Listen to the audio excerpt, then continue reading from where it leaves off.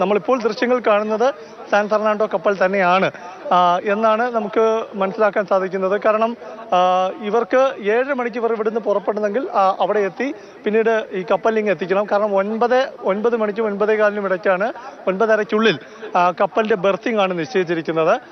അതായത് ഈ mooring team ഇവിടെ നിന്ന് ഈ കപ്പലിന്റെ നിയന്ത്രണം ഏറ്റെടുക്കാൻ പോകുന്ന ടീമിനെ മൂറിംഗ് ടീം എന്നാണ് പറയുന്നത്. അവർ അവിടെ ചെന്ന് വടങ്ങളുടെ നിയന്ത്രണത്തിലാണ് ഈ കപ്പലിനെ ഇവിടേക്ക് എത്തിക്കുന്നത്. അപ്പോൾ എന്തായാലും ഒരു ചരിത്രം പിറക്കുന്ന ദിവസം തന്നെയാണ് ഇന്ന് എന്ന കാര്യം സംശയമില്ല. കാരണം ഒക്ടോബർ മാസം 15-ാം തീയതി 2023 വിഴിഞ്ഞം തുറമുഖത്ത് ആദ്യ കപ്പൽ എത്തിയിരുന്നു. പക്ഷേ അത് ഷെൻഹുവായ് 15 എന്ന ചൈനയിൽ നിന്നെത്തിയ കപ്പൽ ഇവിടെ വിഴിഞ്ഞത്ത് കാണുന്ന ഈ ക്രെയിനുകൾ അതിലേക്ക് വേണ്ട ക്രെയിനുകളുമായാണ് ആദ്യമായി എത്തിയത്. പിന്നീട് നിരവധി മാസങ്ങളിലായി ഈ ക്രെയിനുകൾ ഏകദേശം ഇപ്പോൾ നമ്മളിവിടെ കാണുന്ന 8 ഷോർ ക്രെയിനുകൾ, ഉയർന്ന വലിയ ഷോർ ക്രെയിനുകളും ഈ യാർഡിൽ നിരത്തിയിരിക്കുന്ന 23 യാർഡ് ക്രെയിനുകളും ഇവിടെ എത്തിച്ചത് പിന്നീടുള്ള മാസങ്ങളിലാണ്. അപ്പോൾ അതുകൊണ്ട് തന്നെ വിഴിഞ്ഞം തുറമുഖത്തേക്ക് വലിയ മദർഷിപ്പ് എത്തിക്കാനുള്ള അല്ലെങ്കിൽ അത്ര പരിചയവും അതുപോലുള്ള പ്രവൃത്തികളും എല്ലാം തന്നെ മുൻപ് തന്നെ നടന്നിട്ടുണ്ട്.